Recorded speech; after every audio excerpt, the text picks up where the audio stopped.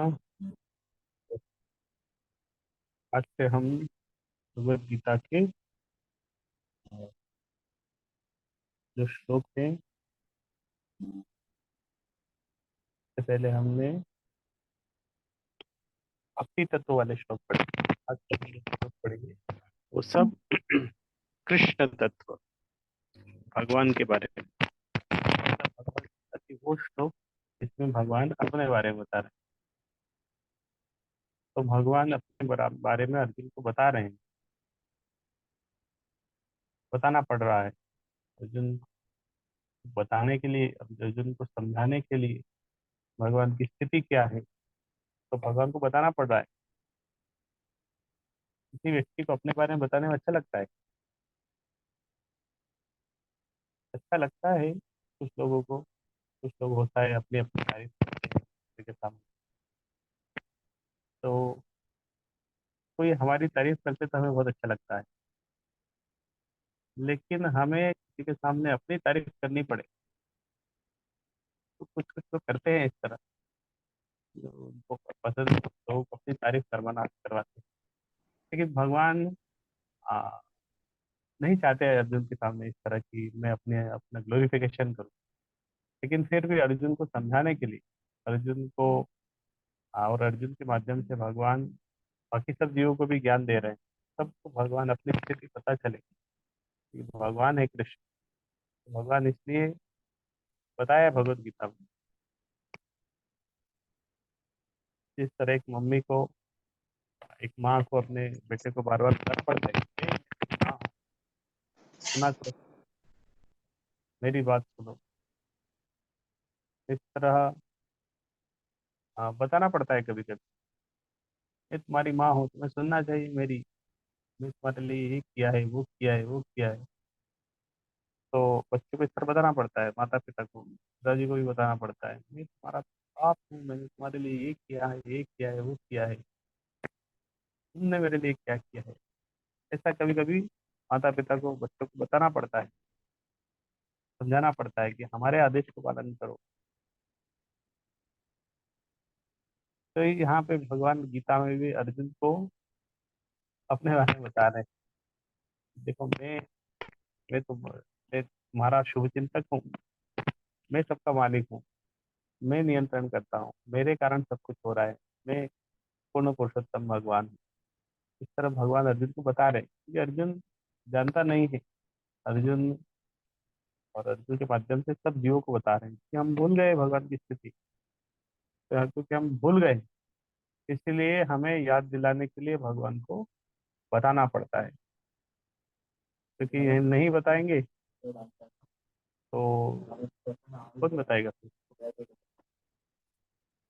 भगवान जब अपने बारे में बताएंगे तो उतना डिटेल में नहीं बताएंगे, शॉर्टकट में ही बताएंगे कि ठीक है, मैं ये हूँ, ये हूँ, ये हूँ। भगवान के बारे में अगर और डिटेल में जानना चाहते हैं तो कौन बताता है? फिर भगवान के भक्त बताते हैं। तो भगवान भगवत गीता में तो भगवान ने बताया अपने बारे में कुछ, लेकिन और डिटेल में भगवान के भक्त ही भगवान के बारे में बता सकते हैं। जो भगवान से प्रेम करते हैं तो भगवान के भक्त तो भगवान के बारे में और डिटेल्स में बता देते हैं। फिर भी जो भगवत गीता के जो श्लोक है जहाँ भगवान ने अपने बारे में बताया, वो श्लोक हम चर्चा करेंगे। चौथे अध्याय के नंबर श्लोक। अजोपि सन् अव्ययात्मा भूतानाम ईश्वरोऽपि सन् प्रकृतिं स्वामधिष्ठाय सम्भवामि आत्ममायया। अजोपि सन् अव्ययात्मा। तो भगवान बोल रहे कि अज, अज मतलब अजन्मा हूँ। मेरा जन्म नहीं होता है, मैं अजन्मा हूँ। और अव्ययात्मा, मेरा मेरा जो शरीर है वो दिव्य है, उसका क्षय नहीं होता है, डिटीरियरेट नहीं होते। भगवान का जो शरीर है दिव्य है, उसमें क्षय नहीं होता है। हमारा शरीर डिटीरियरेट होता है। अभी देखो, हाँ, धीरे धीरे उम्र बढ़ रही है, जिससे उम्र बढ़ रही है हमारा शरीर क्षय हो रहा है, बूढ़ा हो रहा है।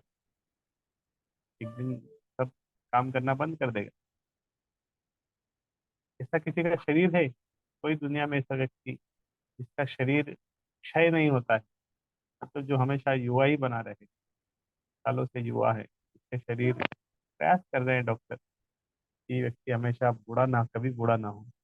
लेकिन बूढ़ा हो रहा है। कॉस्मेटिक इंडस्ट्री बहुत बढ़ रही है कि लोगों का बुढ़ापा रोकने के लिए ज़्यादा से ज़्यादा सफ़ेद बाल को काला बना देंगे। लेकिन थोड़ा तो हो रहा है।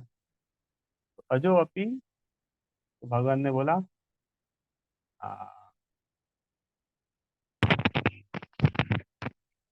हरे कृष्णा।" तो भगवान ने बोला, अजो अपी सन अव्यात, मैं अजन्मा हूँ। एक तो मेरा जन्म ही नहीं होता है, और अगर जन्म हुआ भी भगवान का, भगवान जन्म लेते हैं, तो भगवान का शरीर किस तरह दिव्य है, उसका कभी क्षय नहीं होता है। भूतानाम ईश्वरो अपि सन, भगवान का दिव्य शरीर हमेशा दिव्य होता है। प्रकृतिम स्वाम अधिष्ठाय संभवामि आत्ममायया। प्रकृतिम स्वाम अधिष्ठाय मतलब मैं सारे जीवों का master, I am the lord of all living entities. प्रकृतिम स्वाम अधिष्ठाय, प्रकृतिम स्वाम अधिष्ठाय संभवामि आत्ममाया। संभवामि मतलब मैं बार बार आता हूँ, जन्म लेता हूँ। तो पहले क्या बोला, अजन्मा हूं, मेरा जन्म नहीं होता। फिर भगवान बोला कि मैं जन्म लेता हूँ, मैं आता हूँ। संभवामि आत्म माया में, हर इस तरह समय में मिलेनियम आफ्टर मिलेनियम, अलग अलग अलग युग में मैं आता हूँ। पहले बोला मेरा जन्म नहीं होता, फिर बोला कि मैं आता हूँ। तो कैसे आते हैं, आत्म माया, मैं अपनी माया के द्वारा, या मैं अपने दिव्य रूप में आता हूँ। जन्म नहीं होता, मैं एज इट इज आ जाता हूँ, दिव्य रूप में आता हूँ। प्रकृतिम स्वाम अधिष्ठाय संभवामि आत्मा। तो भगवान यथा रूप में आते हैं, अपने दिव्य शरीर के साथ आते हैं, स्वेच्छा से आते हैं। कोई जन्म नहीं होता है, कोई फोर्सफुल नहीं है भगवान को कि तुम्हें जन्म लेना पड़ेगा, स्वेच्छा से आते हैं। तो इस तरह भगवान अजन्मा है और उनका जन्म होता है। तो फिर दूसरा श्लोक बताता है, तो भगवान का जन्म होता कब है, क्यों जन्म लेते हैं। तो ये 7 नंबर श्लोक, ये तो भारत में सबको पता है। यदा यदा हि धर्मस्य ग्लानिर्भवति भारत, अभ्युत्थानम अधर्मस्य तदात्मानं सृजामि अहम। तो भगवान बोले कब मैं आता हूँ, यदा यदा ही, जब जब, धर्मस्य ग्लानि, धर्म की ग्लानि होती है, धर्म का ग्लानि होती है। अभ्युत्थानम अधर्मस्य में फिर से उसको व्युत्थान करने के लिए, उसको फिर से बढ़ाने के लिए, फिर से री पुनर्स्थापना करने के लिए, तदात्मानम सृजामि हम। तो भगवान ने बोला कि मैं आता हूँ। तो भगवान ने यहाँ नहीं बोला कि मैं जन्म लेता हूँ, भगवान ने बोला कि सृजामि अहम, मैं अपना सृजन करता हूँ, मैनिफेस्ट करते हैं भगवान। जिस तरह सूर्य, सूर्य आता है ना सुबह सुबह, सूर्य उदय होता है, मतलब सन मैनिफेस्ट। तो जब सूर्य उदय होता है, तो हम क्या बोलते हैं, सूर्य का जन्म हो गया, सूर्य जी ने जन्म लिया, ऐसा बोलते क्या, सूर्य उदय हुआ। तो जब सूर्य उदय हुआ, तो जब सूर्य उदय हुआ तो हम ऐसा नहीं बोलते कि सूर्य का जन्म हुआ। सूर्य आया, तो सूर्य पहले भी था, लेकिन अभी हमारे सामने अभी आया, उसका सृजन हुआ और मैनिफेस्ट हुआ। सूर्य का जन्म नहीं हुआ, ऐसा नहीं कि आज सुबह ही सूर्य का जन्म हुआ है और शाम को जब सूर्योदय हो गया तो सूरज की मृत्यु हो गई, ऐसा हम नहीं बोलते। सूर्य सुबह आता है, शाम को चले जाता है, अपने रूप में हमेशा रहता है, यथारूप रहता है सूर्य। इसी तरह भगवान भी जब समय होता है तो मैनिफेस्ट हो जाते हैं, जब समय चला जाता है तो अनमैनिफेस्ट हो जाते हैं। ये मैनिफेस्ट एंड अगेन अनमैनिफेस्ट। सूर्य उदय होता है इस तरह, फिर अस्त भी हो जाता है, उदय होता है अस्त होता है। यदा यदा हि धर्मस्य ग्लानिर्भवति भारत, अभ्युत्थानम् अधर्मस्य तदात्मानं सृजाम्यहम्। तो पहले भगवान ने बोला कि मेरा मेरा जन्म नहीं होता। फिर दूसरे श्लोक में बोला कि कब जन्म होता है। फिर अभी 8वें नंबर श्लोक में बता रहे हैं कि अगर जन्म होता है भगवान का तो करते क्या है। परित्राणाय साधूनां विनाशाय च दुष्कृतां धर्म संस्थापनार्थाय संभवामि युगे युगे। परित्राणाय साधूनां, परित्राणाय साधूनां मतलब जो साधु हैं उनको उसका उद्धार करने के लिए, उनको अपना संग देने के लिए। उद्धार कैसे करेंगे भगवान, उनके उनको संग देंगे। परित्राणाय साधूनां, तो उनका उद्धार करने के लिए साधुओं का उद्धार करते हैं। तो फिर तो आत्माएं उनका विनाशाय जो दुष्कृताम, जो दुष्कृति है उनका विनाश करते हैं। परित्राणाय च दुष्कृताम धर्म संस्थापनार्थाय संभवामि युगे युगे। और क्या करते हैं, तीन काम बताया भगवान ने। साधुओं का उद्धार करने के लिए, विनाश दुष्कृताम, दुष्टों का विनाश करने के लिए, और धर्म संस्थापना है, धर्म की स्थापना करने के लिए। साधुओं का उद्धार करना और दुष्टों का विनाश करना, धर्म की स्थापना करना। पर तीनों में से भी कौन सा बहुत महत्वपूर्ण काम है जिसके लिए भगवान आते हैं? क्या आप में से कोई बता सकता है? तीन काम भगवान ने बताए। परित्राणाय साधूनाम, विनाशाय च दुष्कृताम, और धर्म संस्थापनार्थ। तीनों में से भी सबसे महत्वपूर्ण कौन सा काम है जिसके लिए भगवान को आना पड़ता है?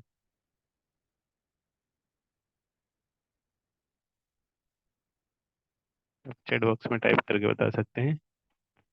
साधुओं का संग करना, दुष्टों का विनाश करना और धर्म की स्थापना करना। तो भगवान तीनों में से सबसे महत्वपूर्ण काम कौन सा है जिसके लिए भगवान को आना पड़ता है? कुछ कुछ काम होता है बिना आए भी कर सकते हैं, जरूरत क्या आने की।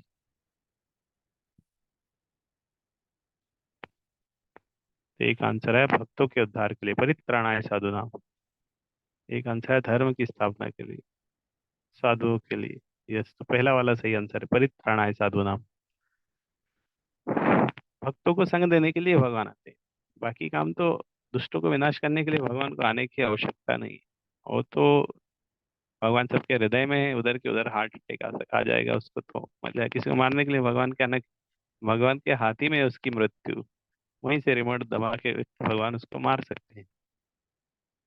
धर्म की स्थापना, धर्म की स्थापना भी भगवान चाहे तो किसी व्यक्ति के द्वारा द्वारा भी करवा सकते हैं। किसी व्यक्ति को एम्पावर करके उसके द्वारा धर्म की स्थापना कर सकते। तो दुष्टों का विनाश करने के लिए भगवान को आने की जरूरत नहीं है। धर्म की स्थापना करने के लिए भी आने की जरूरत नहीं, लेकिन जब आते हैं तो कर देते हैं। तीन काम बताएं, दुष्टों का विनाश, धर्म की स्थापना और पवित्रणाय साधुना।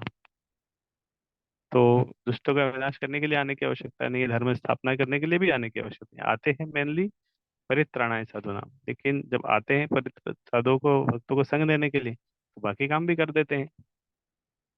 धर्म की स्थापना कर देते हैं, दुष्टों का विनाश भी कर देते हैं।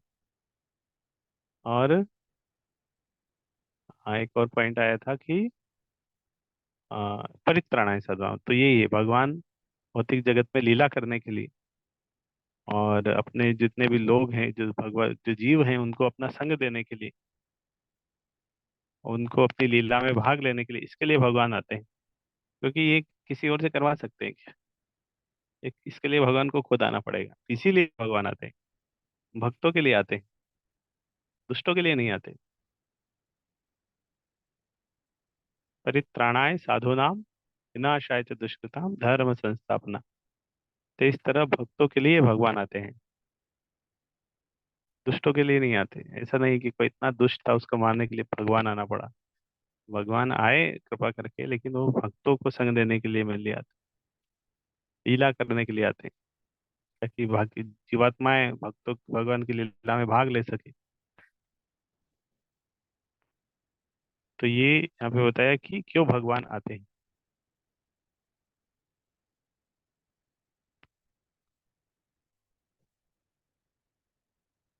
ठीक है। हरे कृष्ण, हरे कृष्ण। तो परित्राणाय साधुनां विनाशाय च दुष्कृताम धर्म संस्थापनार्थाय संभवामि। तो ये मेन रीजन दिया भगवान ने कि क्यों भगवान आते हैं।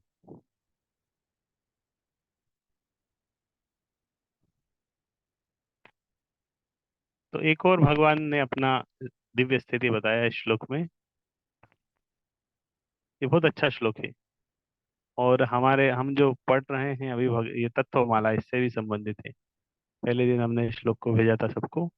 इसमें भगवान बोले, जन्म कर्म च मे दिव्यम एवं यो वेत्ति तत्वतः त्यक्त्वा देहं पुनर्जन्म नैति मामेति सो अर्जुन। जन्म कर्म च मे दिव्यम एवं यो वेत्ति तत्वतः त्यक्त्वा देहं पुनर्जन्म नैति मामेति। तो भगवान बोले, जन्म कर्म च मे दिव्यम, मेरा जन्म और कर्म क्या है? दिव्य है। जन्म कर्म च मे दिव्यम। तो हमारा जन्म और कर्म दिव्य नहीं है, हमारा जन्म कर्म भौतिक है। लेकिन भगवान का जन्म और कर्म दिव्य है। ये समझना, ये बहुत महत्वपूर्ण है, ये चीज समझना कि जन्म कर्म भगवान का दिव्य है। जन्म कैसे दिव्य है? कि भगवान स्वेच्छा से जन्म लिए। कोई भगवान का किसी के मजबूरी में आके भगवान को जन्म नहीं लेना पड़ा, खुद इच्छा से जन्म लिए। कौन माता पिता होंगे? भगवान ने सिलेक्ट किया। किस जगह जन्म लेना? भगवान ने सिलेक्ट किया। कौन किस समय में जन्म लेना? भगवान खुद सिलेक्ट किया। हम हमारे साथ ऐसा कुछ नहीं हुआ। तो हमारा तो जन्म हो गया, लेकिन भगवान ने जन्म लिया तो स्वेच्छा से लिया। उनका जन्म दिव्य है, और कर्म भी दिव्य है। जो भगवान कर्म करते हैं वो दिव्य होता है, तो उसमें कोई कर्म बंधन नहीं होता है। एक और श्लोक आएगा कर्म से रिलेटेड, वहां हम और चर्चा करेंगे। तो भगवान के जो कर्म है, एक्टिविटीज है, दिव्य है। जन्म दिव्य है। एवं यो वेत्ति तत्वता, इन सबको कौन हमें क्या जानना चाहिए? तत्वता जानना चाहिए। ऐसा नहीं भगवान ने ऐसा क्यों किया, उसके ऊपर भगवान कुछ भी किया उसके ऊपर कभी हमें उंगली नहीं उठानी चाहिए। दिव्य शब्द ये अर्थ है। ऐसा नहीं भगवान राम ने बाली को क्यों मारा, ये सही नहीं था, उनको इसे छिप कर नहीं मारना चाहिए था, सामने आके युद्ध करना चाहिए था बाली से। इस तरह बहुत सारे लोग बोलते रहते हैं। भगवान ने कुछ किया उसके ऊपर उनको उनको डाउट रहता है, संदेह रहता है, ऐसा क्यों किया भगवान ने, भगवान को ऐसा नहीं करना चाहिए। तो भगवान, इसीलिए भगवान ने श्लोक बोला कि जो लोग इस तरह के डाउट वाले हैं वो भगवान को समझते नहीं है। भगवान ने जो किया वो दिव्य है तत्वतः। जन्म कर्म च मे दिव्यम एवं जो व्यक्ति तत्वतः। तो ये हमें तत्वतः जानना चाहिए कि भगवान की स्थिति क्या है। भगवान मालिक है, कर सकते हैं, कुछ भी कर सकते हैं, उसके ऊपर हम उंगली नहीं उठा सकते। एक एक मिठाई वाले की दुकान है, उसकी दुकान है, वो अपनी दुकान से एक मिठाई खा लिया, तो उसको क्या बिल पे करना पड़ेगा क्या? पैसा देना पड़ेगा उसके अकाउंटेंट को? या अकाउंटेंट बोले, अरे तो आपको पैसा देना पड़ेगा, आपने मिठाई कैसे खा ली? वो मालिक है। बाहर का कोई व्यक्ति आके खाएगा तो उसके लिए बिल है, उसको पैसा देना पड़ेगा। मालिक के लिए, मालिक का दुकान है, वो कुछ भी करे। इस तरह भगवान के कर्म दिव्य है। तो जो इस चीज को जानता है, तो त्यक्त्वा देहम पुनर्जन्म नयति मामेति सो अर्जुन। त्यक्त्वा देहम पुनर्जन्म, ये शरीर छोड़ने के बाद उनका पुनर्जन्म नहीं होता। नेति मामेति सो अर्जुन। तो भगवान अर्जुन को बोल रहे हैं कि अर्जुन, अगर कोई ये जान लेगा, केवल ये जानना है भगवान के जन्म कर्म दिव्य, ये जानने से ही अगला जन्म नहीं होता। कितना सरल है, लेकिन वो जानना भी इतना सरल नहीं, वो कठिन है। चौथे अध्याय का 13 नंबर श्लोक। चातुर्वर्ण्यम मया सृष्टम गुण कर्म विभागशः तस्य कर्तारमपि माम विद्य कर्तारम अव्ययम। चातुर्वर्ण्यम मया सृष्टम गुण कर्म विभागशः। ये चार वर्ण है, ब्राह्मण क्षत्रिय वैश्य शूद्र। जो वर्णाश्रम है, जो वर्णों की सृष्टि, भगवान बोले ये मेरी सृष्टि है, मैंने बनाया है। लेकिन किसके अनुसार है? गुण और कर्म के अनुसार, जन्म के अनुसार नहीं है। ऐसा नहीं कि एक ब्राह्मण है उसका पुत्र ब्राह्मण होगा। अगर ब्राह्मण का पुत्र ब्राह्मण होगा तो रावण भी ब्राह्मण था, फिर वो असुर कैटेगरी में नहीं जाना चाहिए। ब्राह्मण का पुत्र है, ब्राह्मण होना चाहिए। तो यहाँ भगवान ने जन्म नहीं मिला, गुण और कर्म, जिस तरह उसके गुण है, जिस तरह उसका कर्म है, उस तरह उसकी कैटेगरी। डॉक्टर का बेटा डॉक्टर नहीं होता है, उसको डॉक्टर बनना पड़ता है, मेहनत करना पड़ता है। लेकिन डॉक्टर के बेटे के लिए डॉक्टर बनना सरल होता है, क्योंकि उसके माता पिता डॉक्टर हैं, बचपन से वो देखता है, तो बहुत आसानी से वो डॉक्टर बन सकता है। लेकिन कोई और व्यक्ति भी डॉक्टर बन सकता है, गुण और कर्म के अनुसार, तो जन्म के अनुसार नहीं। चातुर्वर्णम मया सृष्टम गुण कर्म विभागशः तस्य कर्तारमपि मां विद्य कर्तारम। तो भगवान बोले कि तस्य कर्तारमपि मां, ये मेरी सृष्टि है, और विद्य कर्तारमपि। और हमें जानना चाहिए कि ये भगवान की सृष्टि है, और भगवान उसमें बाकी सब उस बंधन में है। चातुर्वर्ण के बंधन है, गुण कर्म के बंधन है, भगवान ने उसे बनाया है, लेकिन भगवान उसके बंधन में नहीं है।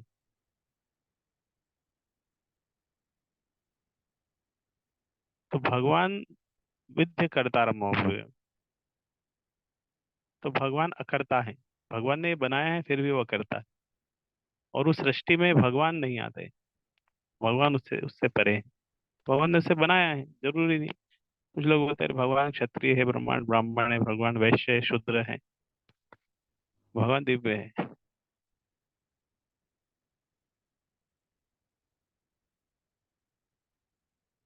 भोक्तारम यज्ञ तपसाम सर्वलोक महेश्वरम सूरदम सर्वभूतानां ज्ञात्वा माम शांतिम पृच्छति। भोक्तारम यज्ञ तपसाम, भोक्तारम यज्ञ तपसाम।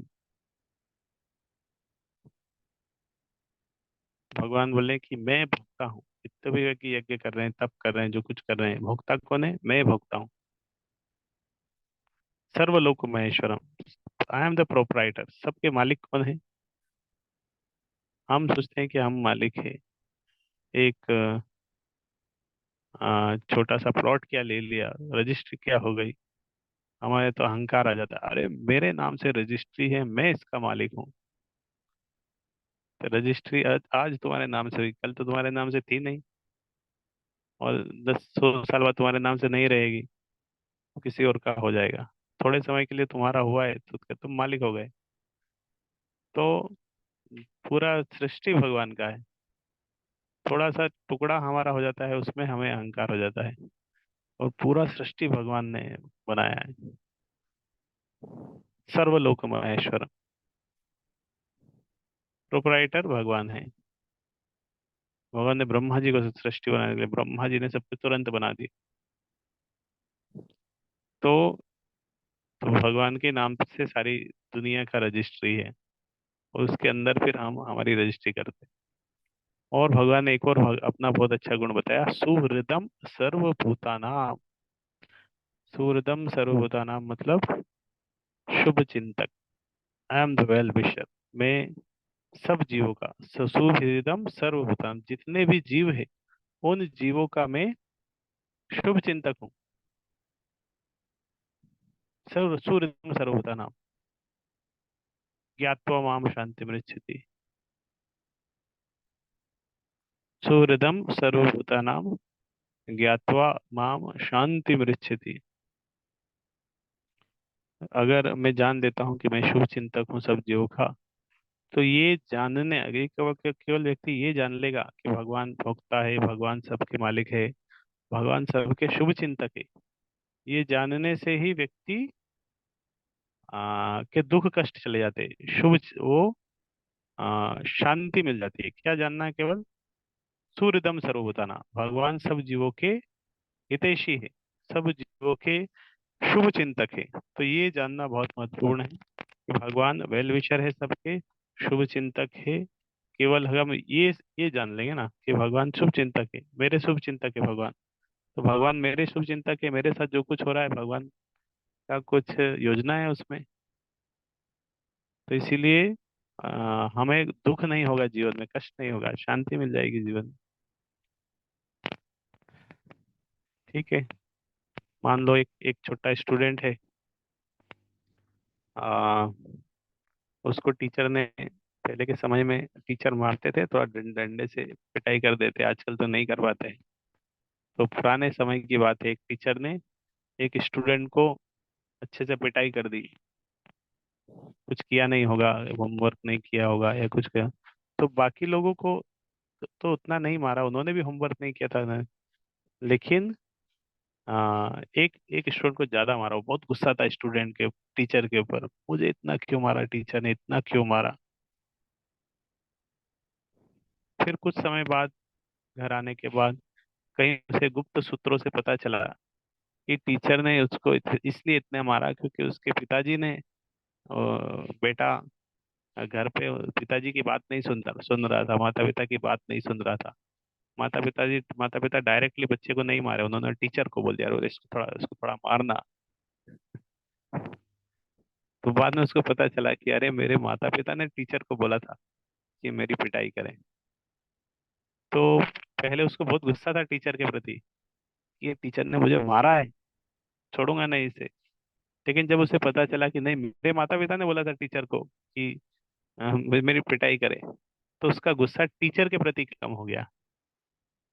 क्योंकि उसको पता है मेरे माता पिता ने बोला इसलिए टीचर ने मारा, और मेरे माता पिता मेरे शुभ चिंतक है, तो इसीलिए उसका क्रोध कम हो गया।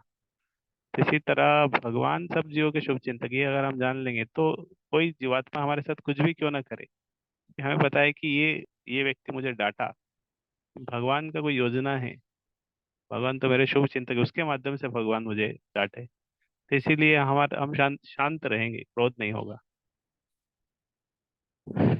ठीक है, आज यहीं तक रखते हैं, और भी कुछ श्लोक है। आज हमने 8 श्लोक पढ़े, कल लगभग 8-10 श्लोक और हैं कृष्ण तत्व के, तो वो भी हम कल पढ़ेंगे। और हो सकता है कृष्ण तत्व तो ये बहुत अच्छा है, भगवान अपने बारे में बता रहे हैं भगवद गीता में, तो स्पेसिफिकली वो श्लोक है, तो हमें अच्छे से इनको पढ़ना चाहिए और समझना चाहिए। हरे कृष्ण कृष्ण कृष्ण हरे हरे, हरे राम